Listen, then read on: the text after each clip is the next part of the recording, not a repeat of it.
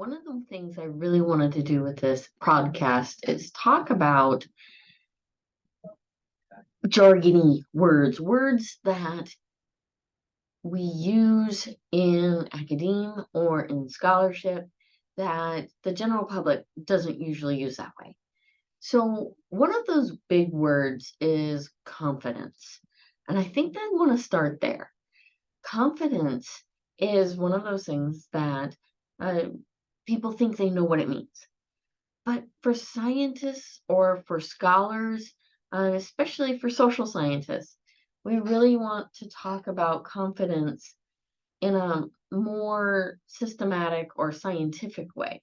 So we talk about confidence, meaning that ability of someone to think about how they know something, their confidence level in their knowledge, right? So confidence isn't bravery.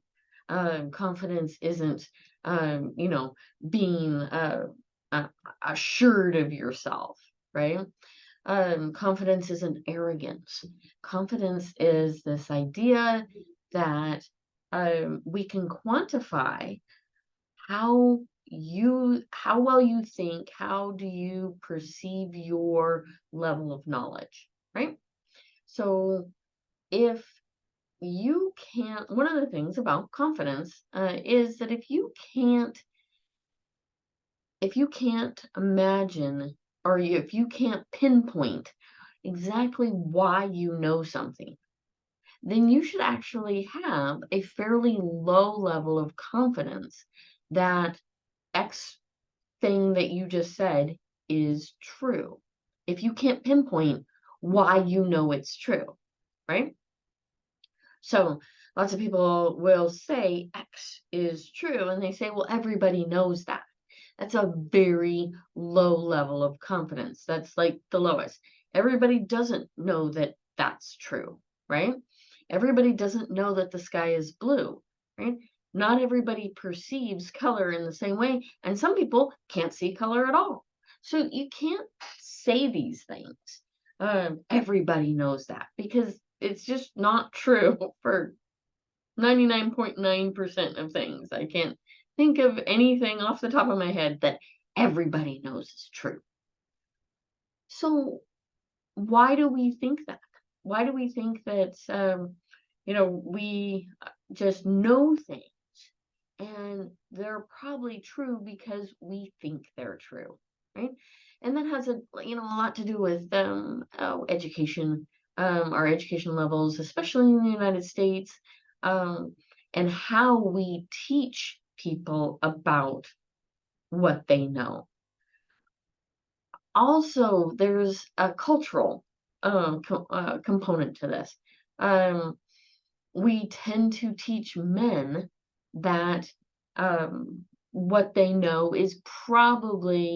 uh, is probably right. We teach men that they are probably correct in 90% of what they do. We teach women that they're probably 90% wrong. So women tend to come off as more indecisive because we've taught women over time in our culture that they're probably wrong, right? So we teach men that it's okay to be super confident about and be super assured about their own opinions on the matter because they're probably right. So there's a gender issue going on. There's also a class issue. There's also a race issue, right? We've taught white people that they are probably right about certain things, and we've taught minorities that they are probably wrong about certain things. And this is why white people don't like to talk about race because they've been taught that I've been taught that I'm probably right about certain things, right? And that intersects then with being a woman, and that intersects with being short. That's another intersection. That intersects with growing up in poverty. that intersects with a lot of different identities that I personally have, and that people have all, all around the world. Intersectionality. We can talk about that word specifically in another episode. But confidence then is your ability to be aware, to think back.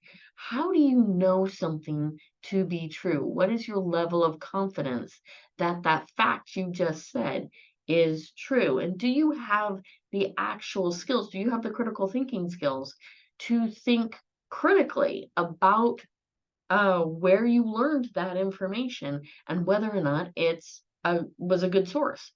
Did you learn it well enough to be certain that what you're saying is true? So here's a couple of examples. One, my dear father, who recently passed away, he got his high school education much later in life. He actually got his high school diploma from his original high school. Had a program for people who had been in that high school but had not graduated. They were welcomed back later and were able to actually complete their high school diploma from that high school, which I think is just lovely. And so he was very aware of his lack of education. And one of the things he actually said was during the last election, he's like, honey, they talk about uh, Joe Biden all the time being a socialist. And I had to look it up because I wasn't really sure what a socialist was. I mean, kind of everybody says, we kind of all know what socialism is, I guess, but I wasn't real sure. So I actually looked it up. And to be honest, folks, I started crying because if my 78-year-old father could think, hey, I've heard this word.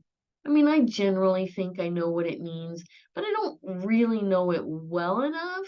I mean, I've never read anything about socialism, so I don't know if I know it well enough to then base my vote on someone else telling me that this guy is some bad word.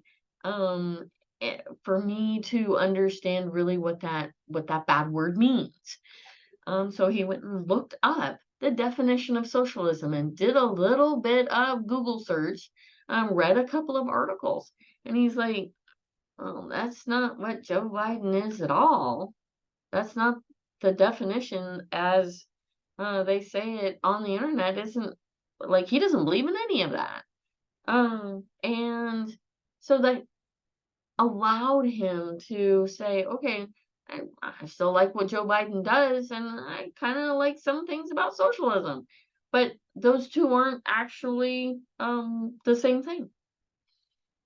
Another example is I was talking to someone on the internet, and the Queen of Denmark just abdicated because of health problems, and she they were talking on the internet about whether or not we like monarchies, what good monarchies are, blah blah blah, right?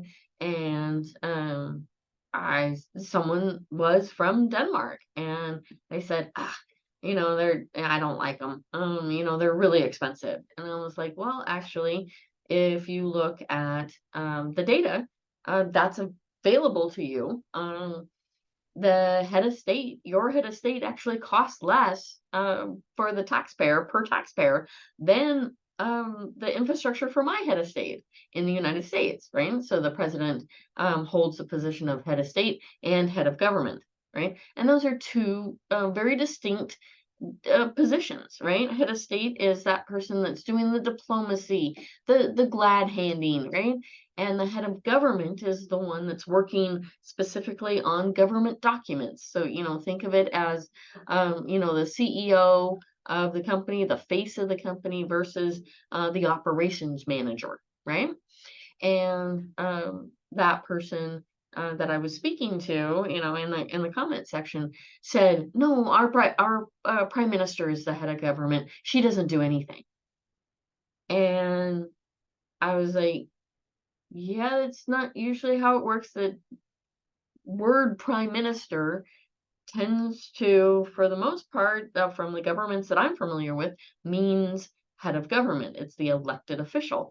But I'm not from Denmark, so I don't know. So I went to the internet and just said, who's the head of state for Denmark, and it's the Queen. Now the King, but Queen Margareta and King Frederick. I'm pronouncing those names not super correctly, but uh, I said, okay, see, look, it took me 3 seconds, and I came back to that comment thread, and I was like, dude, I mean, I'm just assuming that you're a kid, that you're a teenager, because um, it's very obvious that a head of state, that's what a constitutional monarchy is, and that your head of state isn't your prime minister. This is not the way it works, right? So, uh, but it was easy for you to check that, right? Before you spewed on the internet. Now, someone else then in the comment section said, well, yeah, but how would they have known, since they're in Denmark, since they grew up in the Denmark education system, they think they knew, right? But I say, how do they know? Right? Just because you're a citizen of Denmark does not actually mean that you know anything about how the government works. You have to have learned that, right? So he has the obligation, as a thinking, breathing person who is typing on the internet, to think about, how do I know the things I know? How much? Where did I learn that? Did I learn that just osmosis? Like, did I watch a TV show that said that or something? Or did I learn that through a published document? Did I learn that in a book? Did I learn that from a journal article? Did I learn that from a documentary? Right? And so you can think to yourself, how do I know that fact? Where did I get that fact from? And was that a valid source of information? Or did I learn enough? Did I have enough valid sources of information? Have I done enough research? Have I done enough reading to then say with confidence that that information is correct? You can imagine and think back to how many hours have you actually spent on that subject to know that what you're saying is correct. And that's what confidence means. And we need to get to that point that we are okay with saying, I am not confident in my fact. And so I am going to take just a second out of my day before typing out my opinion on the internet. I'm going to take a second out of my day and just check whether or not the sky is actually blue. Thanks for listening, everybody. Hopefully, I'll have a lot more of these available.